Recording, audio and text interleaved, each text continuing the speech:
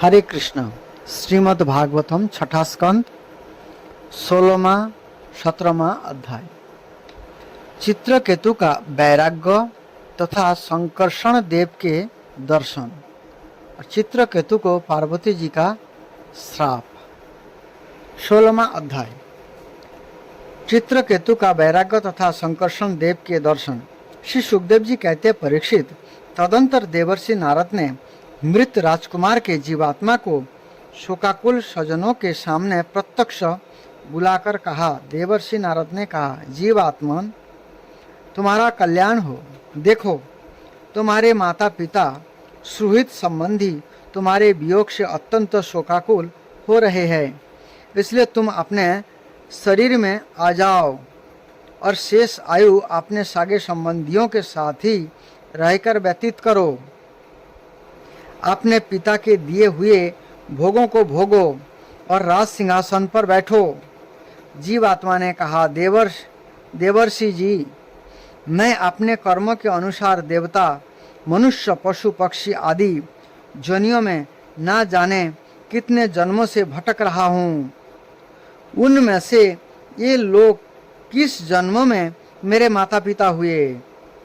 देखिए, जो जीवात्मा को नारद जी ने बुलाया अपने शक्ति से, तो उसी जीवात्मा ने प्रश्न पूछा नारद जी को, तो मैं तो बहुत से जोनि जन्म लिया हूँ, कभी मनुष्य बना, कभी जीवात्मा पशु पक्षी बना, कभी देवता बना, बहुत सारे जोनि हमने जन्म लिया है, लेकिन ये कौन सी जन्म के मेरे माता पिता है, मैं तो बहुत से जोनियों में भटक रहा हूँ। इस प्रकार से जीवात्मा ने कहा, उनमें से ये लोग किस जन्म में मेरे माता पिता हुए। विभिन्न जन्म में सभी एक दूसरे के भाई बंधु, नाती गोती, शत्रु मित्र, मध्यस्थ, उदासीन और देशी होते रहते हैं। जीवात्मा ही कभी शत्रु बनते, कभी मित्र बनते, कभी माता पिता होते हैं। जैसे सुवर्ण आदि क्रय विक्रय की वस्तुएं एक व्यापारी से दूसरे के पास जाती आती रहती है। देखिए कितना सुंदर उदाहरण, सोने का उदाहरण दिया। जैसे आज इसने बेच दिया, कल उसने खरीद लिया, फिर बेच दिया। तो इस प्रकार से जो है हमें माता पिता भी कर्म के अनुसार मिलते हैं। वैसे ही जीव भी भिन्न भिन्न जोनियों में उत्पन्न होता रहता है। इसी प्रकार विचार करने से पता लगता है कि मनुष्यों की अपेक्षा अधिक दिन ठहरने वाले सुवर्ण आदि पदार्थों का संबंध भी मनुष्य के साथ स्थायी नहीं, क्षणिक ही होता है। और जब तक जिसका जिस वस्तु से संबंध रहता है, तभी तक उसकी उस वस्तु से ममता भी रहती है। जीव नित्य और अहंकार रहित है, क्योंकि जो जीवात्मा है ये नित्य है, जो हमेशा रहने वाला है, और अहंकार रहित है, क्योंकि वो भगवान का अंश है। वह गर्भ में आकर जब तक जिस शरीर में रहता है, तभी तक उस शरीर को अपना समझता है। वह गर्भ में आकर जब तक जिस शरीर में रहता है, तभी तक उसी शरीर को अपना समझता है। यह जीव नित्य, अविनाशी, सूक्ष्म अर्थात जन्मादि रहित, जो कभी जन्म नहीं लेता, क्योंकि आत्मा कभी जन्म नहीं लेता है, ये शरीर का जन्म होता है, सबका आश्रय और स्वयं प्रकाश है। इसमें स्वरूपतः जन्म मृत्यु आदि कुछ भी नहीं होते। फिर भी वह ईश्वर रूप होने के कारण अपनी माया के गुणों से ही अपने आप को विश्व के रूप में प्रकट कर देता है। इसका ना तो कोई अत्यंत प्रिय है और ना अप्रिय, ना अपना और ना पराया, क्योंकि गुण, दोष, हित अहित करने वाले मित्र, शत्रु आदि की भिन्न भिन्न बुद्धिवृत्तियों का यह अकेला ही साक्षी है। वास्तव में यह अद्वितीय है। यह आत्मा कार्य कारण का साक्षी और स्वतंत्रता है। इसलिए यह शरीर आदि के गुण, दोष अथवा कर्मफल को ग्रहण नहीं करता, सदा उदासीन भाव से स्थित रहता है। श्री सुखदेव जी कहते हैं, वह जीवात्मा इस प्रकार कहकर चला गया। कहाँ चला गया? फिर से शरीर छोड़ दिया। उसके सागे संबंधी उसकी बात सुनकर अत्यंत विस्मित हुए। उनका स्नेह बंधन कट गया और उसके मरने का शोक भी जाता रहा। इसके बाद जाति बालों ने बालक की मृतदेह को ले जाकर तत्कालोचित संस्कार और और्ध्वदैहिक क्रियाएं पूर्ण की और उस दुस्तज स्नेह को छोड़ दिया जिसके कारण शोक, मोह, भय और दुख की प्राप्ति होती है। परीक्षित, जिन रानियों ने बच्चे को बीज दिया था ये बाल हत्या के कारण श्रीहीन हो गई थी और लज्जा के मारे आंख तक नहीं उठा सकती थी। उन्होंने अंगिरा ऋषि के उपदेश को याद करके मत्सर्जहीन हो जमुना जी के तट पर ब्राह्मणों के आदेश अनुसार बाल हत्या का प्रायश्चित किया। परीक्षित, इस प्रकार अंगिरा और नारद जी के उपदेश विवेक बुद्धि जागृत हो जाने के कारण राजा चित्रकेतु घर गृहस्थी के अंधेरे कुएं से उसी प्रकार बाहर निकाल पड़े जैसे कोई हाथी तालाब के कीचड़ से निकल आए। उन्होंने जमुना जी में विधि पूर्वक स्नान करके तर्पण आदि धार्मिक क्रियाएं की। तदंतर संयतेंद्रिय और मौन होकर उन्होंने देवर्षि नारद और महर्षि अंगिरा के चरणों की वंदना की। भगवान नारद जी ने देखा कि चित्रकेतु जितेंद्रिय, भगवत भक्त और शरणागत है, अतः उन्होंने बहुत प्रसन्न होकर उन्हें इस विधा का उपदेश दिया। देवर्षि नारद ने यह उपदेश किया, ओंकार स्वरूप भगवान आप वासुदेव, प्रद्युम्न, अनिरुद्ध और संकर्षण के रूप में क्रमशः चित्त, बुद्धि, मन और अहंकार के अधिष्ठाता है। मैं आपके इस चतुर्भुज रूप का बार बार नमस्कार पूर्वक ध्यान करता हूँ। आप विशुद्ध विज्ञान स्वरूप है, आपकी मूर्ति परमानंदमयी है। आप अपने स्वरूपभूत आनंद में ही मग्न और परम शांत है। द्वैत दृष्टि आपको छू तक नहीं सकती। मैं आपको नमस्कार करता हूँ। आपने स्वरूपभूत आनंद की अनुभूति से ही आपने माया जनित राग, द्वेष आदि दोषों का तिरस्कार कर रखा है। मैं आपको नमस्कार करता हूँ। आप सबकी समस्त इंद्रियों के प्रेरक, परम महान और विराट स्वरूप है। मैं आपको नमस्कार करता हूँ। मन सहित वाणी आप तक ना पहुँचकर बीच से ही लौट आती है। उसके उपरत हो जाने पर जो अद्वितीय नाम रूप रहित चेतन मात्र और कार्य कारण से परे की वस्तु रह जाती है, वह हमारी रक्षा करे। यह कार्य कारण रूप जगत जिनसे उत्पन्न होता है, जिनमें स्थित है और जिनमें लीन होता है तथा जो मिट्टी की वस्तुओं में व्यक्त मृत्तिका के समान सब में ओतप्रोत है, उन पर ब्रह्म स्वरूप आपको मैं नमस्कार करता हूँ। यद्यपि आप आकाश के समान बाहर भीतर एक रस व्यक्त है, तथापि आपको मन, बुद्धि और ज्ञानेंद्रिया अपने ज्ञान शक्ति से नहीं जान सकती और प्राण तथा कर्मेंद्रिया अपनी क्रिया रूप शक्ति से स्पर्श भी नहीं कर सकती। मैं आपको नमस्कार करता हूँ। शरीर, इंद्रियां, प्राण, मन और बुद्धि जागृत तथा स्वप्न अवस्था में आपके चैतन्यांश से युक्त होकर ही अपना अपना काम करते हैं तथा सुषुप्ति और मूर्छा की अवस्था में आपके चैतन्यांश से युक्त न होने के कारण अपना अपना काम करने में असमर्थ हो जाते हैं। ठीक वैसे ही जैसे लोहा अग्नि से तप्त होने पर जला सकता है, अन्यथा नहीं। जिसे दृष्टा कहते हैं वह भी आपका ही एक नाम है। जागृत आदि अवस्था में आप उसे स्वीकार कर लेते हैं। वास्तव में आपसे पृथक उनका कोई अस्तित्व नहीं है। ओंकार स्वरूप महाप्रभावशाली महाविभूति पति भगवान महापुरुष को नमस्कार है।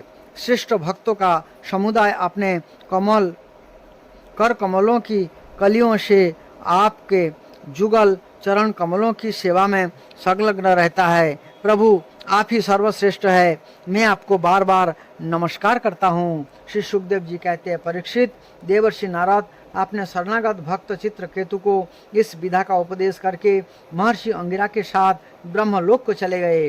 राजा चित्रकेतु ने देवर्षि नारद के द्वारा उपदिष्ट विधा का उनके आज्ञा अनुसार 7 दिनों तक केवल जल पीकर बड़ी एकाग्रता के साथ अनुष्ठान किया। तदंतर उस विधा के अनुष्ठान से 7 रात के पश्चात राजा चित्रकेतु को विधाधरों का अखंड अधिपत्य प्राप्त हुआ। इसके बाद कुछ ही दिनों में इस विधा के प्रभाव से उनका मन और भी शुद्ध हो गया। अब वे देवादिदेव भगवान शेष जी के चरणों के समीप पहुंच गए। उन्होंने देखा कि भगवान शेष जी सिद्धेश्वरों के मंडलों में विराजमान है। उनका शरीर कमल नाल के समान गौरवर्ण है। उस पर नीले रंग का वस्त्र फहरा रहे हैं। सिर पर किरीट, बाहों में बाजूबंद, कमर में करधनी और कलाई में कंगन आदि आभूषण चमक रहे हैं। नेत्र रत्नारे है और मुख पर प्रसन्नता छा रही है। भगवान शेष का दर्शन करते ही राजर्षि चित्रकेतु के सारे पाप नष्ट हो गए। उनका अंतकरण स्वच्छ और निर्मल हो गया। हृदय में भक्ति भाव की बाढ़ आ गई। नेत्र में प्रेम के आंसू छलक आए। शरीर का एक एक रोम खिल उठा। उन्होंने ऐसी ही स्थिति में आदि पुरुष भगवान शेष को नमस्कार किया। उनके नेत्र से प्रेम के आंसू टप टप गिरते जा रहे थे। इससे भगवान शेष के चरण रखने की चौकी भीग गई। प्रेमोद्रेक के कारण उनके मुंह से एक अक्षर भी न निकल सका। ये बहुत देर तक शेष भगवान की कुछ भी स्तुति ना कर सके। थोड़ी देर बाद उन्हें बोलने की कुछ शक्ति प्राप्त हुई। उन्होंने विवेक बुद्धि से मन को समाहित किया और संपूर्ण इंद्रियों की बाह्य वृत्ति को रोका। फिर उन जगत गुरु की जिनके स्वरूप का पांचरात्र आदि भक्ति शास्त्रों में वर्णन किया गया है, इस प्रकार स्तुति की। चित्रकेतु ने कहा, अजित, जितेंद्रिय एवं समदर्शी साधुओं ने आपको जीत लिया है। आपने भी अपने सौंदर्य, माधुर्य, कारुण्य आदि गुणों से अनेक आपने बस में कर लिया है। ओह, आप धन्य है, क्योंकि जो निष्काम भाव से आपका भजन करते हैं उन्हें आप करुणा परवश होकर अपने आप को भी दे डालते हैं। भगवान, जगत की उत्पत्ति, स्थिति और प्रलय आपके लीला विलास है। विश्व निर्माता ब्रह्म आदि आपके अंश के भी अंश है। फिर भी वे पृथक पृथक अपने को जगत कर्ता मानकर झूठ मूठ एक दूसरे से स्पर्धा करते हैं। नन्हे से नन्हे परमाणु से लेकर बड़े से बड़े महत्तत्व पर्यंत संपूर्ण वस्तुओं के आदि अंत और मध्य में आप ही विराजमान है तथा स्वयं आप आदि अंत और मध्य से रहित है, क्योंकि किसी भी पदार्थ के आदि और अंत में जो वस्तु रहती है वही मध्य में भी रहती है। वह ब्रह्मांड कोश जो पृथ्वी आदि एक से एक 10 गुणे 7 आवरणों से घिरा हुआ है, आपने ही समान दूसरे करोड़ों ब्रह्मांडों के सहित आप में एक परमाणुओं के समान घूमता रहता है, और फिर भी उसे आपकी सीमा का पता नहीं है। इसलिए आप अनंत है। जो नर पशु केवल विषय भोग ही चाहते हैं, ये अपना भजन ना करके आपके विभूति स्वरूप इंद्र आदि देवताओं की उपासना करते हैं। प्रभु, जैसे राजकुल का नाश होने के पश्चात उसके अनुयायियों की जीविका भी जाती रहती है, ऐसे ही क्षुद्र उपास्य देव का नाश होने पर उनके दिए हुए भोग भी नष्ट हो जाते हैं। परमात्मन, आप ज्ञान स्वरूप और निर्गुण है, इसलिए आपके प्रति की हुई सकाम भावना भी अन्यान्य कर्मों के समान जन्म मृत्यु रूप फल देने वाली नहीं होती। जैसे भुने हुए बीजों से अंकुर नहीं उगते, क्योंकि बीज को जो सुख दुख आदि द्वंद्व प्राप्त होते हैं ये सत्य आदि गुणों से ही होते हैं, निर्गुण से नहीं।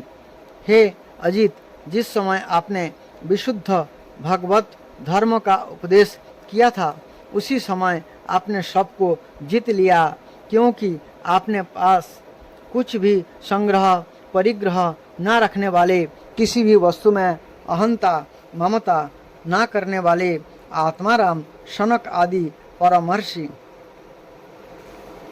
भी परम साम्य और मोक्ष प्राप्त करने के लिए उसी भागवत धर्म का आश्रय लेते हैं।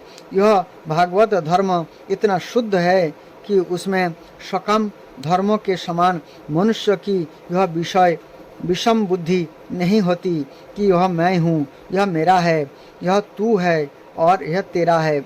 इसके विपरीत जिस धर्म में मूल में ही विषमता का बीज बो दिया जाता है यह तो अशुद्ध, नाशवान और अधर्म बहुल होता है। सकाम धर्म अपना और दूसरे का भी अहित करने वाला है।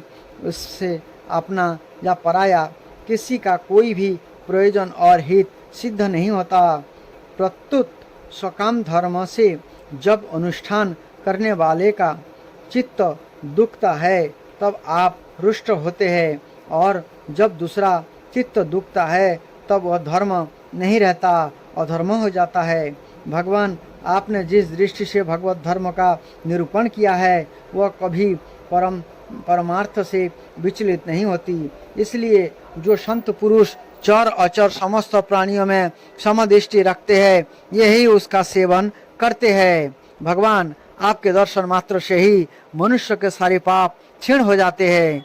यह कोई असंभव बात नहीं है, क्योंकि आपका नाम एक बार सुनने से ही नीच चंडाल भी संसार से मुक्त हो जाता है।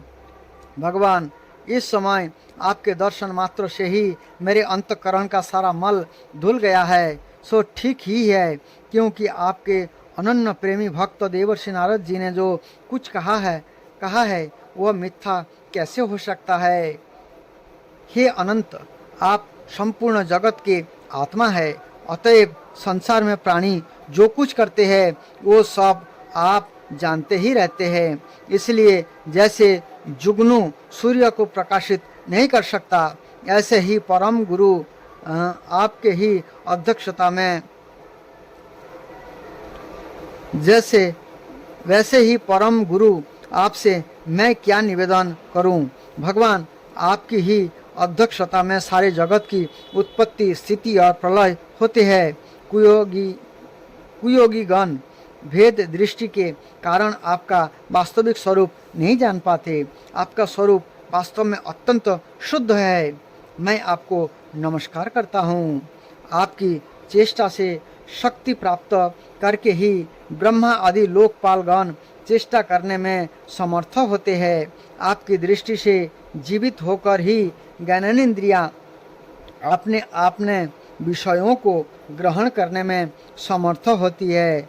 यह भूमंडल आपके सिर पर सरसों के दाने के समान जान पड़ता है। मैं आप सहस्त्र शीर्षा भगवान को बार बार नमस्कार करता हूँ। श्री सुखदेव जी कहते हैं, परीक्षित, जब विधाधरों के अधिपति चित्रकेतु ने अनंत भगवान की इस प्रकार स्तुति की तब उन्होंने प्रसन्न होकर उनसे कहा।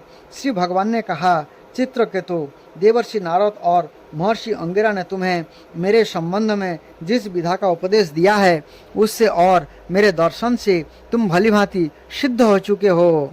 मैं ही समस्त प्राणियों के रूप में हूँ, मैं ही उनका आत्मा हूँ और मैं ही पालन करता भी हूँ। शब्द ब्रह्म अर्थात वेद और पर ब्रह्म दोनों ही मेरे सनातन रूप है।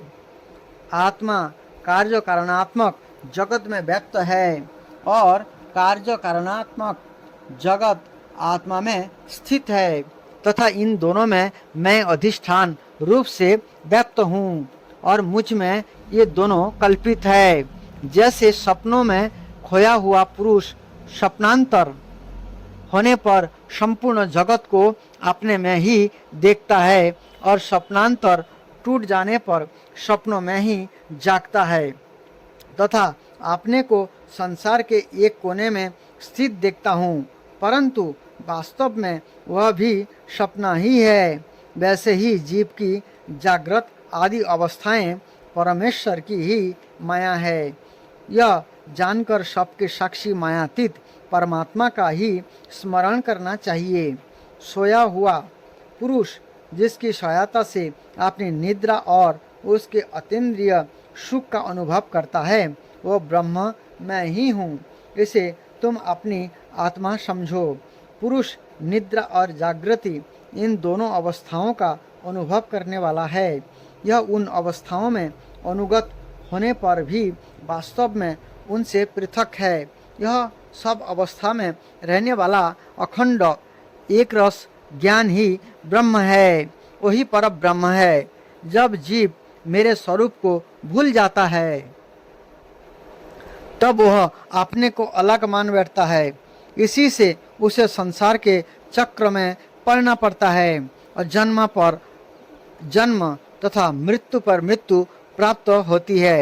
यह मनुष्य जनी ज्ञान और विज्ञान का मूल स्रोत है। जो इसे पाकर भी अपने आत्मस्वरूप परमात्मा को नहीं जान लेता, उसे कहीं किसी भी जोनि में शांति नहीं मिल सकती।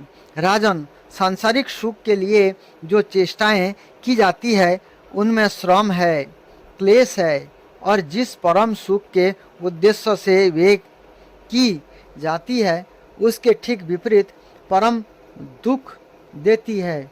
किंतु कर्मों से निवृत्त हो जाने में किसी प्रकार का भय नहीं है। यह सोचकर बुद्धिमान पुरुष को चाहिए कि किसी प्रकार के कर्म अथवा उनके फलों का संकल्प ना करे।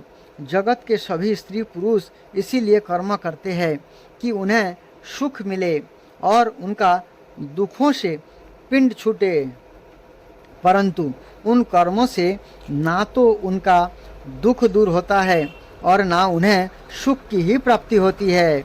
जो मनुष्य अपने को बहुत बड़ा बुद्धिमान मानकर कर्मों के पचड़ों में पड़े हुए हैं, उनको विपरीत फल मिलता है।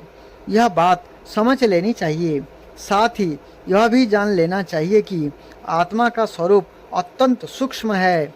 जागृत, स्वप्न, सुषुप्ति इन तीनों अवस्थाओं तथा इनके अभिमानियों से विलक्षण है। यह जानकर इस लोक में देखो और परलोक के सुने हुए विषय भोगों से विवेक बुद्धि के द्वारा अपना पिंड छुड़ा लो और ज्ञान तथा विज्ञान में ही संतुष्ट रहकर मेरा भक्त हो जाओ। जो लोग योग मार्ग का तत्व समझने में निपुण है, उनको भली भांति समझ लेना चाहिए कि जीव का सबसे बड़ा स्वार्थ और परमार्थ केवल इतना ही है कि वह ब्रह्म और आत्मा की एकता का अनुभव कर ले। राजन, यदि तुम मेरे इस उपदेश को सावधान होकर श्रद्धा भाव से धारण करोगे तो ज्ञान एवं विज्ञान से संपन्न होकर शीघ्र ही सिद्ध हो जाओगे।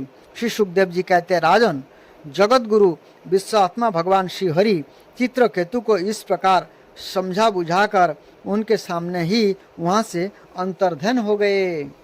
17वां अध्याय, चित्रकेतु को पार्वती जी का श्राप। श्री सुखदेव जी कहते हैं, परीक्षित, विद्याधर चित्रकेतु जिस दशा में भगवान शंकरशन अंतर्धान हुए थे, उसे नमस्कार करके आकाश मार्ग से स्वच्छंद विचरने लगे। महायोगी चित्रकेतु करोड़ों वर्षों तक सब प्रकार के संकल्पों को पूर्ण करने वाली सुमेरु पर्वत की घाटियों में विहार करते रहे। उनके शरीर का बल और इंद्रियों की शक्ति अक्षुण्ण रही, मतलब जैसा के तैसा रहा। बड़े बड़े मुनि, सिद्ध, चारण उनकी स्तुति करते रहते। उनकी प्रेरणा से विद्याधरों की स्त्रियां उनके पास सर्वशक्तिमान भगवान के गुण और लीलाओं का गान करती रहती। एक दिन चित्रकेतु भगवान के दिए हुए तेजोमय विमान पर सवार होकर कहीं जा रहे थे। उसी समय उन्होंने देखा कि भगवान शंकर बड़े बड़े मुनियों की सभा में सिद्धाचारणों के बीच बैठे हुए हैं। और साथ ही भगवती पार्वती को अपनी गोद में बैठाकर एक हाथ से उन्हें आलिंगन किए हुए है। उन्होंने पार्वती जी को इस प्रकार देखा, आलिंगन किए हुए है। यह देखकर चित्रकेतु विमान पर चढ़े हुए ही उनके पास चले गए और भगवती पार्वती को सुना सुनाकर जोर से हंसने और कहने लगे। चित्रकेतु ने कहा, ओ ये सारे जगत के धर्म शिक्षक और गुरुदेव है, ये समस्त प्राणियों में श्रेष्ठ है। इनकी वह दशा है कि भरी सभा में अपनी पत्नी को शरीर से चिपका कर बैठे हुए है। जटाधारी बहुत बड़े तपस्वी एवं ब्रह्मवादियों के सभापति होकर भी साधारण पुरुषों के समान निर्लज्जता से गोद में स्त्री लेकर बैठे हैं। प्राय साधारण पुरुष भी एकांत में ही स्त्रियों के साथ उठते बैठते हैं, परंतु ये इतने बड़े व्रतधारी होकर भी उसे भरी सभा में लिए बैठे हैं। श्री सुखदेव जी कहते हैं, परीक्षित, भगवान शंकर की बुद्धि अगाध है। चित्रकेतु का वो कटाक्ष सुनकर वे हंसने लगे, कुछ भी बोले नहीं। उस सभा में बैठे हुए उनके अनुयायी सदस्य भी चुप रहे। चित्रकेतु को भगवान शंकर का प्रभाव नहीं मालूम था, इसी से ये उनके लिए बहुत कुछ बुरा भला बक रहे थे। उन्होंने इस बात का घमंड हो गया था कि मैं जितेंद्रिय हूँ। पार्वती जी ने उनकी वह धृष्टता देखकर क्रोध से कहा। पार्वती जी बोली, ओ हम जैसे दुष्ट और निर्लज्जों का दंड के बल पर शासन एवं तिरस्कार करने वाला प्रभु इस संसार में वही है क्या? जान पड़ता है कि ब्रह्मा जी, भृगु, नारद आदि, उनके पुत्र सनक आदि, परमहर्षि कपिल देव और मनु आदि बड़े बड़े महापुरुष धर्म का रहस्य नहीं जानते, तभी तो ये धर्म मर्यादा का उल्लंघन करने वाले भगवान शिव को इस काम से नहीं रोकते। ब्रह्मा आदि समस्त महापुरुष जिनके चरण कमलों का ध्यान करते रहते हैं, उन्हीं मंगलों को मंगल करने वाले साक्षात जगत गुरु भगवान का और उनके अनुयायी महात्माओं का इस अधम क्षत्रियों ने तिरस्कार किया है और शासन करने की चेष्टा की है। इसलिए वह ढीठ सर्वथा दंड का पात्र है। इसे अपने बड़प्पन का घमंड है। वह मूर्ख भगवान श्री हरि के उन चरण कमलों में रहने योग्य नहीं है, जिनकी उपासना बड़े बड़े सत्पुरुष किया करते हैं। चित्रकेतु को संबोधन करके, अतः दुर्मते, तुम पापमय असुर जोनियों में जाओ। ऐसा होने से बेटा तुम फिर कभी किसी महापुरुष का अपराध नहीं कर सकोगे। श्री सुखदेव जी कहते हैं, परीक्षित, जब पार्वती जी ने इस प्रकार चित्रकेतु को श्राप दिया, तब वे विमान से उतार पड़े और सिर झुकाकर उन्हें प्रसन्न करने लगे। चित्रकेतु ने कहा, माता पार्वती जी, मैं बड़ी प्रसन्नता से अपने दोनों हाथ जोड़कर आपका श्राप स्वीकार करता हूँ, क्योंकि देवता लोग मनुष्य के लिए जो कुछ कह देते हैं वह उनके प्रारब्धानुसार मिलने वाले फल की पूर्व सूचना मात्र होती है। देवी, यह जीव अज्ञान से मोहित हो रहा है और इसी कारण इस संसार चक्र में भटकता रहता है तथा सदा सर्वदा सर्वत्र सुख और दुख भोगता रहता है। माताजी, सुख और दुख को देने वाला ना तो अपना आत्मा है और ना कोई दूसरा। जो अज्ञानी है ये ही अपने को अथवा दूसरे को सुख दुख का कर्ता माना करते हैं। यह जगत सत्य, रज आदि गुणों का स्वाभाविक प्रभाव है। इसमें क्या श्राप, क्या अनुग्रह, क्या स्वर्ग और क्या नरक और क्या सुख, क्या दुख, एकमात्र परिपूर्णतम भगवान ही बिना किसी की सहायता के अपनी आत्मा स्वरूपिणी माया के द्वारा समस्त प्राणियों की तथा उनके बंधन, मोक्ष और सुख दुख की रचना करते हैं। माताजी, भगवान श्री हरि सब में सम और माया आदि मल से रहित है। उनका कोई प्रिय अप्रिय, जाति बंधु, अपना पराया नहीं है। जब उनका मुख में राग ही नहीं है, तब उनमें रागजन्य क्रोध तो हो ही कैसे सकता है। तथापि उनकी माया शक्ति के कार्य पाप और पुण्य ही प्राणियों के सुख दुख, हित अहित, बंध मोक्ष, मृत्यु, जन्म और अवागमन के कारण बनते हैं। पति प्राणा देवी, मैं शाप से मुक्त होने के लिए आपको प्रसन्न नहीं कर रहा हूँ।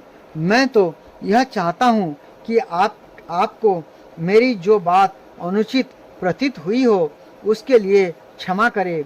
श्री सुखदेव जी कहते हैं, परीक्षित, विद्याधर चित्रकेतु भगवान शंकर और पार्वती जी को इस प्रकार प्रसन्न करने के उनके सामने ही विमान पर सवार होकर वहां से चले गए। इस प्रकार प्रसन्न करके उनके सामने ही विमान पर सवार होकर वहां से चले गए। इसके उन लोगों को बड़ा विस्मय हुआ। तब भगवान शंकर ने देवता, ऋषि, दैत्य, सिद्ध और पार्षदों के सामने ही भगवती पार्वती जी से यह बात कहे।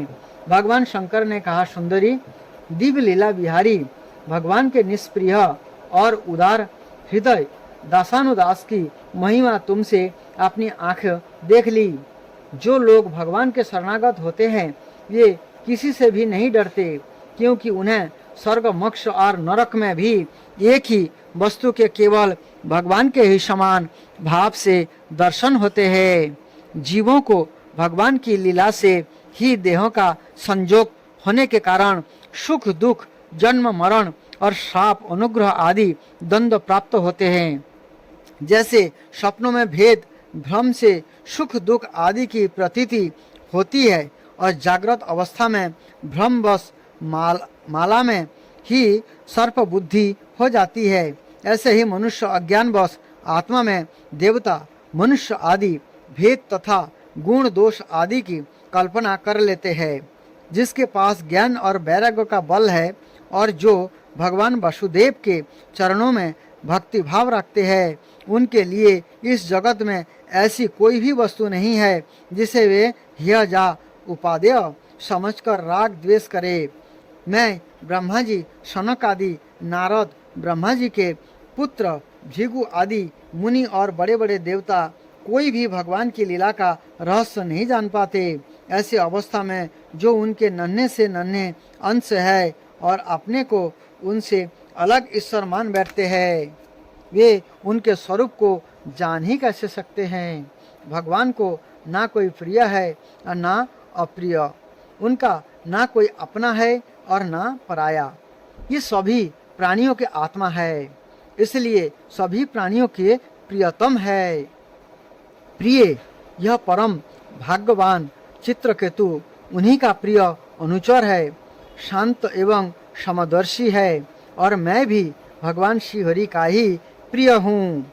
इसलिए तुम्हें भगवान के प्यारे भक्त, शांत, समदर्शी महात्मा पुरुषों के संबंध में किसी प्रकार का आश्चर्य नहीं करनी चाहिए। श्री सुखदेव जी कहते हैं, परीक्षित, भगवान शंकर का यह भाषण सुनकर भगवती पार्वती की चित्तवृत्ति शांत हो गई और उनका विस्मय जाता रहा। भगवान के परम प्रेमी भक्त चित्रकेतु भी भगवती पार्वती को बदले में शाप दे सकते थे, परंतु उन्होंने उन्हें शाप ना देकर उनका शाप सिर चढ़ा लिया। वही साधु पुरुषों का लक्षण है। वही विद्याधर चित्रकेतु दानव जोनि का आश्रय लेकर त्वष्टा के दक्षिणाग्नि से पैदा हुए। यहाँ उनका नाम वित्रासुर हुआ और वहाँ भी ये भगवत स्वरूप के ज्ञान एवं भक्ति से परिपूर्ण हो रहे।